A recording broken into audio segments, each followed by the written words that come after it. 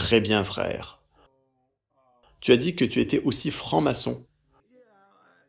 Ouais, eh bien, dans ma carrière dans les forces de l'ordre, j'ai en fait rejoint la confrérie des francs-maçons. Comment es-tu arrivé? Comment tu as abouti là-dedans?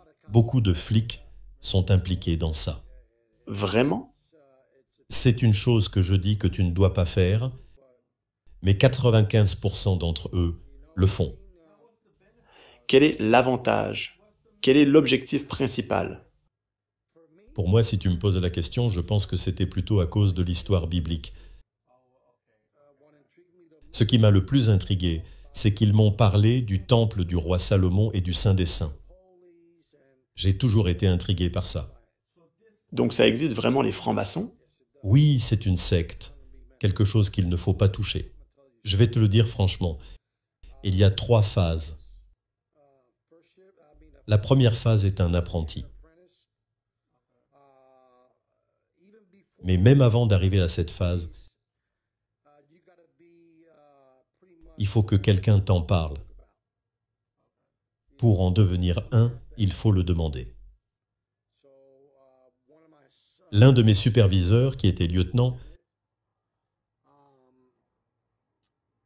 est venu me voir et m'a demandé « Hé, tu veux rejoindre un club ?» J'ai répondu « De quel genre de club s'agit-il » ? Les francs-maçons. J'ai fait mes recherches sur eux. J'ai vu beaucoup de choses positives qui sont ressorties de mes recherches. Beaucoup d'entre eux donnent de l'argent aux victimes du cancer et aux enfants atteints de cancer. Les Shriners ont des hôpitaux et ainsi de suite. J'étais dans une situation où je travaillais avec des délinquants juvéniles. Pourquoi ne pas faire quelque chose à l'extérieur? Mon lieutenant a parlé en mon nom et en celui de 2 autres de mes frères en bleu. Ils ont fait une pétition. Nous avons fait une pétition pour une place dans la confrérie. Nous avons rempli des formulaires. Ils ont fait une enquête. Ils font une enquête sur toi pour voir si tu as un bon historique. Sinon, ils ne te prendront pas. Ce qu'ils disent, c'est qu'ils prennent des hommes pour les rendre meilleurs. Mais seul Dieu peut faire ça. Aucune confrérie ne peut faire ça pour toi. Vers 2006, j'étais à ma 4e ou 5e année de travail. Notre pétition s'est plutôt bien passée. Ils font un entretien à domicile. J'ai reçu 20 ou 30 personnes qui sont venues chez moi. Ils ont parlé à ma femme, parce qu'ils parlent d'abord aux femmes. Je ne sais pas pourquoi, mais ils font généralement ça. Parce que vous ne serez plus à la maison aussi souvent. Aller à des réunions.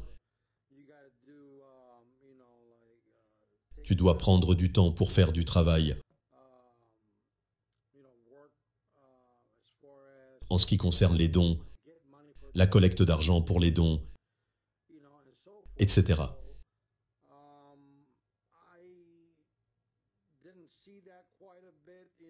Je n'ai pas beaucoup vu ça en ce qui concerne le fait de faire ce type de travail en premier, parce que tu dois passer tout d'abord par des rituels. La première phase est la phase d'apprentissage. C'est la première phase. Vous faites vos rituels. Ils vous accueillent et ils vous attachent un orteil et la cheville. Ils relèvent le pantalon de votre jambe. Vous êtes là en costume et ils vous promènent. Vous avez les yeux bandés. Vous ne pouvez pas vraiment voir le temple. C'est un temple. Et je vais ajouter le diable à cela aussi. Parce que lorsque vous êtes dans le monde, vous êtes du diable. Votre père est le diable. Quand vous n'avez pas Dieu à l'esprit, à tout moment, au moment où vous vous réveillez le matin, jusqu'au moment où vous vous endormez le soir, vous êtes avec votre père le diable. Je vais juste le dire comme ça, avec audace et honnêteté. Je n'étais pas dans le bon état d'esprit à ce moment-là. J'avais des problèmes conjugaux. J'avais l'impression que c'était un moyen pour moi de sortir et d'avoir une communion avec d'autres frères. Oui? Parce que ce n'était pas le cas avec les églises? Je n'avais pas cela avec les églises de chez moi parce qu'elles prêchaient de l'évangile de prospérité. Donne $1, Dieu va t'en donner 1000, mais Dieu ne travaille pas de cette façon. Tu dois travailler pour te nourrir. N'attends pas qu'on te donne l'aumône. Alors, combien de temps a duré la première phase? Ce qu'ils font, c'est qu'ils vous amènent au temple. Et ils ont un secrétaire qui est un homme. Nous sommes tous des hommes. Il n'y a pas de femmes francs-maçons ici. Je pense qu'en Europe, ils en ont, mais pas ici. Ou à moins que vous ne soyez de l'Étoile d'Orient, là c'est différent. Mais les francs-maçons bleus, vous savez, la loge bleue, qui est composée de toutes les nationalités et origines différentes de francs-maçons, inclut les différentes religions et sectes, hindous, musulmans, peu importe. Vous pouvez être athée, ils s'en fichent. Vous pouvez être un adorateur du diable. Tu peux y apporter la Bible du diable, la Bible satanique, tu peux prêter serment dessus, ils s'en fichent. Je ne le savais pas, jusqu'à ce que je commence à faire plus de recherches dans quoi je me suis embarqué. Tu es allé très loin? Oh oui, je suis devenu un maître franc-maçon. Le plus haut, c'est le 33e degré, mais tu vois, au 30e et 33e degré, ce qui fait 3, c'est à ce moment-là qu'ils vous divulguent la vérité. Ils t'ont gardé dans l'obscurité pendant toutes ces années, puis une fois que tu commences à gravir les échelons, les rituels et les phases, quand tu montes les rangs avec les degrés. J'ai entendu dire que certaines personnes, je peux me tromper, mais je connais certaines de ces personnes riches, ces gens d'Hollywood, ils donnent des terres, des millions de dollars. Oh oui, mais cela dépend, parce que c'est ce qu'on appelle des cotisations. On parle de personnes dans l'occultisme satanique, des individus qui travaillent à Hollywood. Vous savez, la vénération de l'argent, les gens de pouvoir. Je ne savais pas tout ça. Parce que lorsque tu as des écailles dans les yeux, tu ne peux pas voir grand-chose. Mais lorsque Dieu les enlève de tes yeux, tu commences à voir qui est qui et pour ce qu'ils sont. Mais, tu sais, ce n'est pas le cas de toutes les loges maçonniques. Je veux dire qu'elles parlent toutes de la même chose, mais tout le monde est différent. Vous avez donc vu tout cela de vos propres yeux? Oh oui, de première main. J'ai vu les rituels, j'ai vu où ils imitent la scène de te tuer. Quand tu reçois tes maîtrises, ils font une simulation qu'ils te poignardent et qu'ils te tuent comme un volcan tubulaire. Et ils ont un baptême satanique. Ils baptisent dans le sang, dans une baignoire en fonte. Si vous regardez les clips vidéo, comme celle de cette fille nommée Rihanna, il y est fait des sacrifices de sang, il y a un baptême de sang. Mais ils ne montreront pas de sang dans la baignoire. Ils montreront de l'eau. Mais c'est symbolique, l'eau, leur eau est symbolique du sang. Et ils doivent entrer dans cette baignoire. Même Eminem, vous le voyez dans l'un de ses magazines, il est juste penché en arrière, torse nu, avec du sang jusqu'au ventre. Et une baignoire en fonte. Et c'est comme ça qu'ils font leur rituel. Tout est à l'envers. C'est toute la ruse du diable. Vous savez que le diable connaît mieux la Bible que toi et moi mis ensemble, parce qu'il était là quand Dieu mettait tout en place. Et il est tombé, bien sûr, mais il sait. Il peut tordre la parole de Dieu et la rendre aussi propre que du miel dans ta bouche. Et ils diront, eh bien, ce type est un homme de Dieu. Mais non, il faut prendre garde, il faut aller au-delà de ce miel. Il faut faire le tour et faire tes recherches, parce qu'ils ne vont pas tout montrer. Tu vois ce que je veux dire? Beaucoup de ces hommes et femmes qui travaillent à Hollywood, beaucoup sont des satanistes. Ils sont tous des satanistes. Et tu sais quoi? N'importe qui peut me dire le contraire, je m'en fiche vraiment, parce que je sais. Certains signes de la main qu'ils font, tu sais que c'est la pyramide, le rocher, tu sais, Jay-Z appelle ça le rocher, c'est une pyramide. Mais dans cette pyramide, il y a 13 paliers.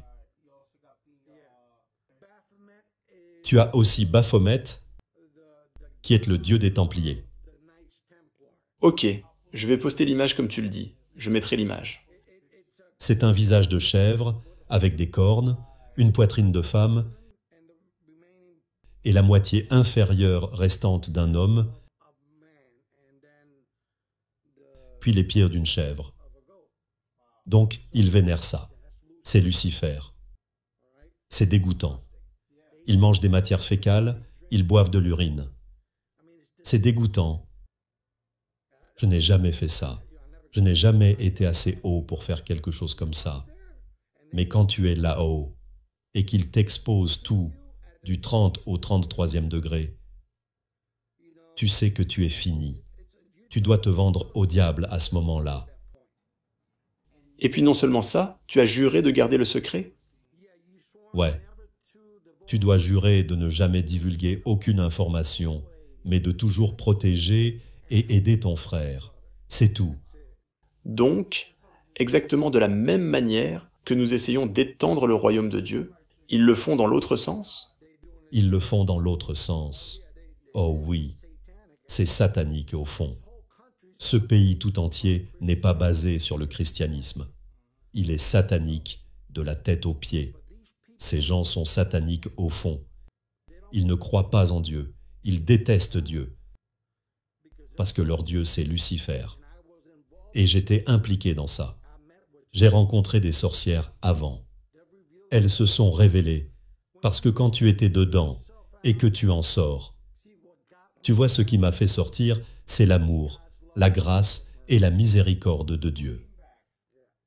Alors, en y repensant, tu n'échangeras rien au monde pour cela? Jamais.